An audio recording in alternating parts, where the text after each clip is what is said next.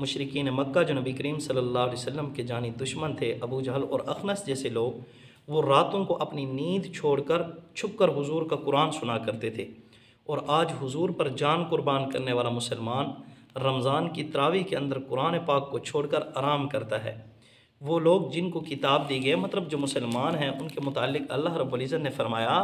الذین آتیناہم الکتاب یتلونہ حق تلاوتہ،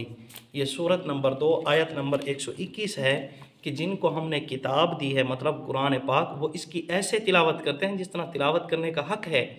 تو کوئی شخص رمضان المبارک کے اندر قرآن پاک پڑھتا بھی نہیں اور سنتا بھی نہیں تو وہ قرآن کا حق مارتا ہے۔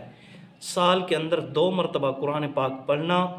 یا سننا یہ قرآن پاک کا حق ہے۔ یہ امام ابو حنیفہ رحمۃ اللہ علیہ کا قول ہے۔ شرح احیاء العلوم کے اندر لکھا گیا ہے کہ جو سال کے اندر 2 مرتبہ قرآن پاک پڑھتا یا سنتا نہیں ہے تو وہ قرآن پاک کا حق مارتا ہے۔ تو کتنے مسلمان ایسے ہیں جو قرآن پاک کا حق مارتے ہیں؟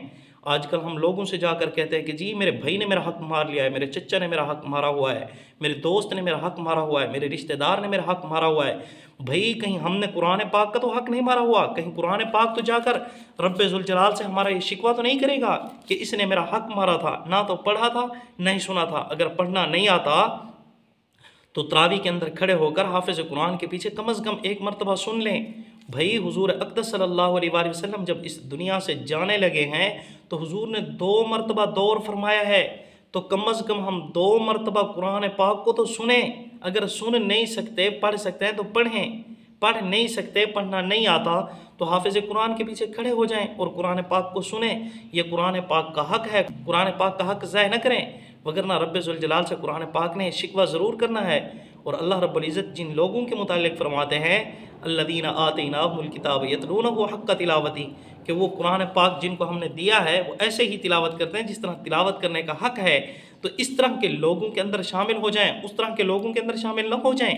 جن کے متعلق حضور نے فرمایا ان الذی لیس فی جوفہ شیء من القرآن کالبیت الخرب، جن کے سینے کے اندر قرآن کا کوئی حصہ نہیں وہ ایسے ہی ہے جس طرح ویران گھر ہوتا ہے۔ تو ہم دیکھیں کہیں ہمارے سینے ایسے تو نہیں ہیں جو ویران گھروں کی طرح ہوں، یا قرآن پاک ان کے اندر موجود ہے؟ اگر موجود نہیں ہے قرآن پاک کو سیکھیں، اگر سیکھ نہیں سکتے تو کم از کم قرآن پاک والوں سے محبت کریں اور قرآن پاک تراویح کے اندر کھڑے ہو کر سنیں۔ اور جو لوگ 8 رکعت تراویح پڑھتے ہیں اور نکل جاتے ہیں 20 رکعت پڑھانے والے امام کے پیچھے، ان کو بھی چاہیے باقی 12 رکعتوں کی